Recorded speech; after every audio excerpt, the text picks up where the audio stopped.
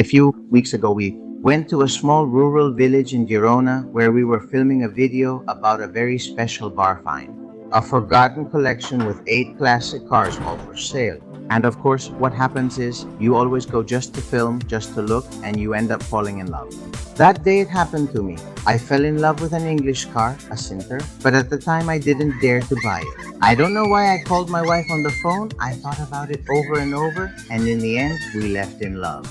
But during the following nights, I couldn't sleep. 3 days and 3 nights without being able to get that car out of the house until I couldn't take it anymore, and we decided to go back for it.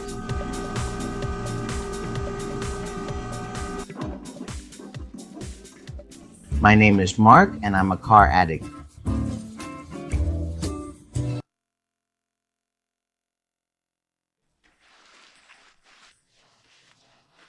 This one looks even more like a Morgan, huh?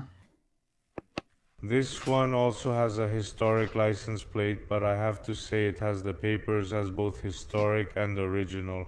But it has a Ford engine, not the original. Which Ford engine does it have? It's from a Ford KA. The engine is old, that's why. Yes. Ah, yes, you put in an engine from around the same era, right? Yes, that's right.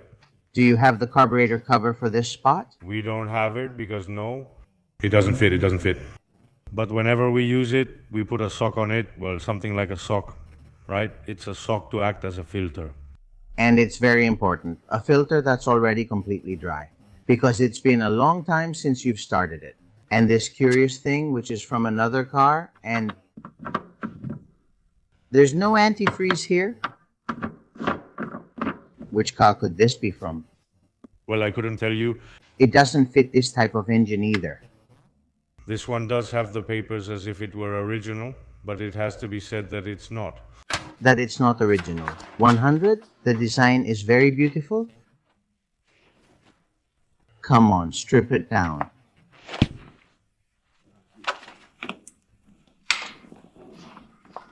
I'm sure they didn't want to see it, huh? The people behind the camera probably said no, it wasn't necessary. It goes with 10 cents. We love to see this, so it'll be 10 cents cheaper. Is the rear view mirror from these very English mirrors such a tiny thing worth it? And these ones are double. These are for lowering down, and then you drive with these here, at least so the mosquitoes don't get in your mouth. No, exactly. I don't know if you can see, but this is double pane. How does the glass go down? This needed loosening. With a 13 wrench, you loosen it here and it stays on top of the hood. And then you have these two little ones here, which you can also adjust. And this is the noise. And have you noticed how many?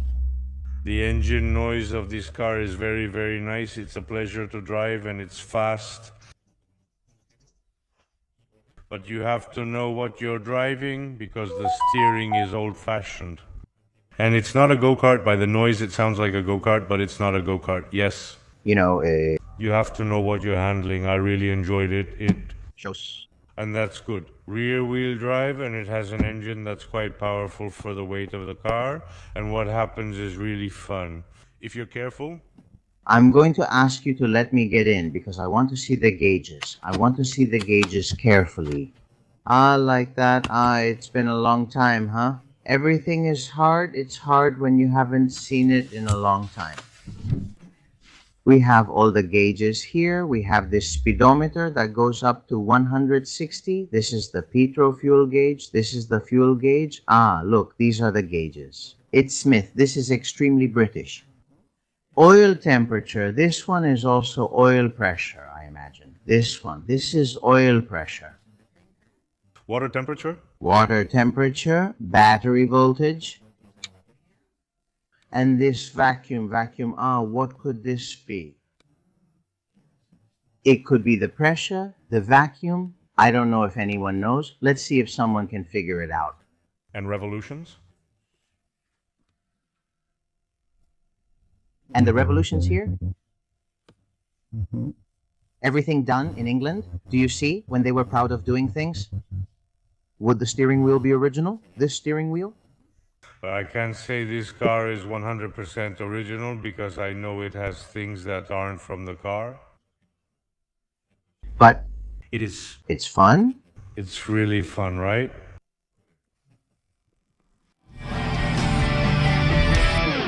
Do you want to sell your classic car? On my website, Mark's Garage, you can list it for just €1. I prepared the description and post your phone number so you can sell it directly. We are the largest classic car community in the country. We share projects with you, stories, and now we also help you sell. And when we have more listings, every week I'll make reels and shorts with the 3 classic cars I like the most or the latest ones that have arrived on the website. Your car could be here. Sell your classic car for just €1 at www.marsgarage.es. Then fasten your seatbelt. The chastity belt. Put on the chastity belt. Put it on. Put it on. He was wearing it. Has it been Pharaoh's number? Well, no, the skin hasn't exactly broken, no. The skin? No? It hasn't. Ah, look, the metal here. Just change the buckle. Did your buckle break? Yeah, strange, huh? Did it just break? Look, live broadcast problems. Yeah, no, yeah. Maybe you used too much force. There was no need for that much strength, I think. It's obvious you eat well. Jordy? Yeah. Yeah, that way you'll know what kind of buckle is correct. Well, here I leave you some images of the car that maybe you hadn't seen so clearly. But I love this car. Wow, I really like this, you know? Jordy, I love this one. Yeah, I love the car, Jordy. Here's the gas tank. How handsome it is, huh? And why does it have the initials HRG? If it's a singer? I don't think so either. Let's see if someone can say, but I think HRG was merged with Singer at that time. Okay, before closing. Right? Uh-huh, could be. Look how beautiful the front is, because the fender is kind of separated from the engine. Do you see that feeling like the car is even older than it actually is? No, you guys are watching Mark's Garage. While recording the video, I couldn't stop. Looking at that car and repeating over and over how much I loved it. Jordy told me it was and honestly, everything fit at first glance. I decided to leave without him. It wasn't the right time, but the days went by. The car was still on my mind. I went to sleep thinking about it. I woke up thinking about it. Until after 12 days, unable to get it out of my mind, I made the decision. We were going for it. 12 days later, we go back to the same place, but this time with a clear mission. I rented a crane, and today this car is finally coming home. I don't know exactly what it is, but I have a feeling that I'm rescuing something very special. This isn't a singer, although what we discovered when we got to the workshop left us speechless.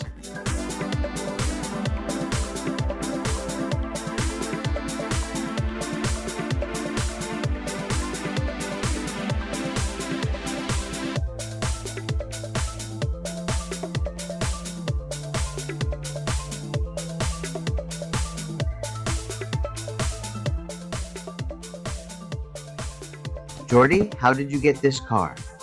The story behind this car is that my father used to travel to Uruguay for work, and on the plane he found a man sitting next to him. He was also from here, from the area, and since they were from the same place, they started talking. He was there to buy a classic car. And since my father had to be there for a few weeks, he went with him one day to see old cars, and my father fell in love with this car. It's an HRG Singer, and it was the first one he bought in Uruguay. It was the first car he brought from Uruguay, and then many others followed. What year is this? We're talking about him buying it in 2006 or 2007. They restored it a bit there. And what about its previous history? Where did the car come from before this collector from Uruguay bought it?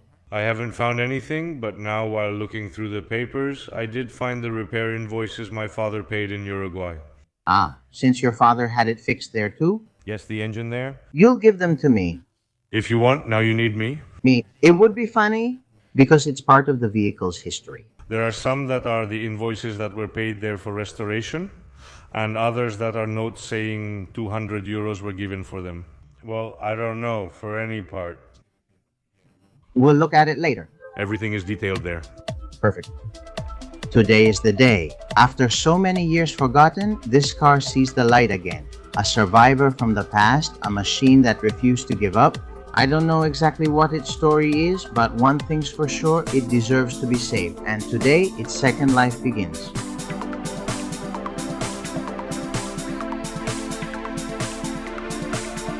Hello, you're so handsome.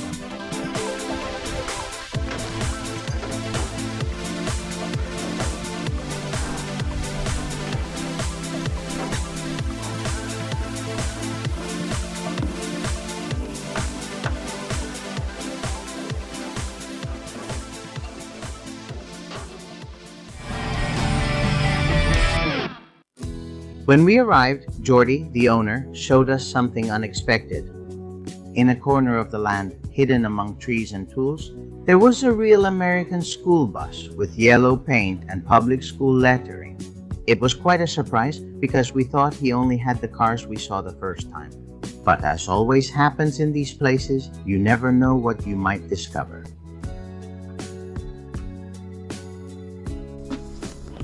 Have you ever taken a school bus? Well, an American public school bus is really nice, and is it adapted for some kind of party? I can imagine it really well, huh?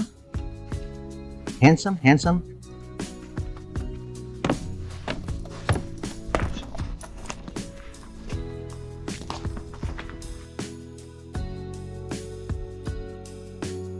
And from there we left with our car loaded, heading to the workshop in Manresa. Behind us was the old barn, and ahead a new chapter. As we drove down the road, I couldn't stop looking in the rearview mirror, thinking about the story this car might be hiding. And with a very clear feeling, we had just rescued something truly special.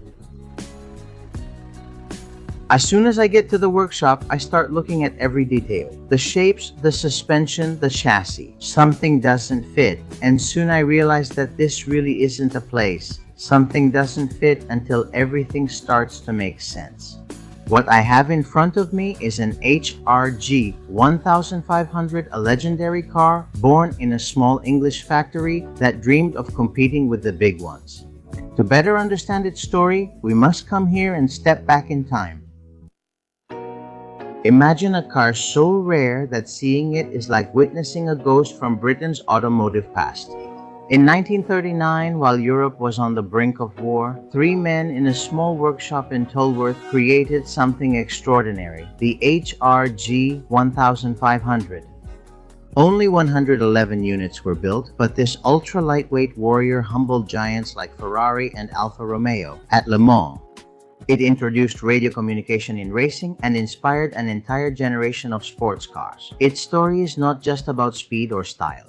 It's the story of three dreamers, Halford, Robbins, and Godfrey, who dared to challenge the system with nothing but determination and mechanical brilliance. It all began in 1936 in the quiet town of Tolworth in Surrey. Major Edward Halford, Guy Robbins, and Henry Ronald Godfrey all shared the same vision. United by a passion for engineering, they founded the HRG Engineering Company, taking the initials of their last names, to create a brand that would become a legend of British motorsport. Their masterpiece, the HRG 1500, embodied the pure essence of the sports car. At its heart beat a sophisticated 1500cc four-cylinder engine taken from the Singer 12 Grand Prix. It wasn't just any engine. With its single overhead camshaft design, a single overhead camshaft. It was very advanced for its time. It produced 61 horsepower at 4,800 RPM and could propel its lightweight chassis up to 138 kilometers per hour. Impressive figures for the late 1930s. Its transmission, a 4-speed manual gearbox, also showcased brilliant engineering. Well, now the work begins. We'll soon see how many hours this car needs. Or maybe I've been lucky and bought a car that actually stopped while it was still running, and it'll be quick to start it up. You'll see soon. My name is Mark, and I'm crazy about cars.